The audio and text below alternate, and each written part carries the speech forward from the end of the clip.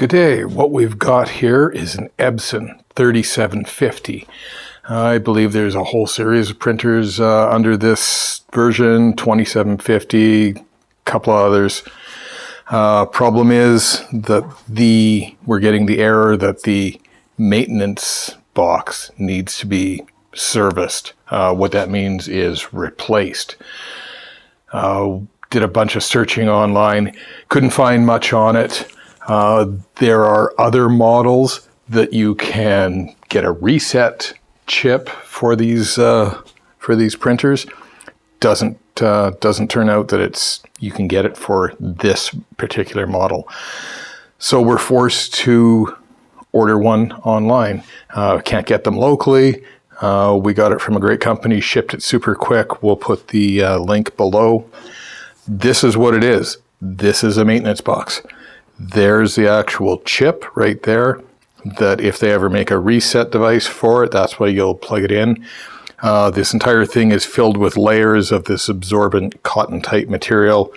As you're using your printer and doing cleanings and things, it's going to set the waste ink in there. So this is pretty quick, pretty simple. I did not find any online, any videos as to how to do this. We found out the hard way because, as you can see here, it was so full, it was overflowing. So I actually had to tear the thing out, rinse everything, put it back together before the new one came. It's pretty quick. It's back left corner, common flat screwdriver. Unscrew it. Pops out real quick. Pop the door off.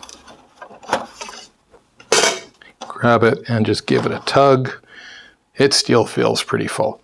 Grab the new one, slide it in, and that's it. We're done.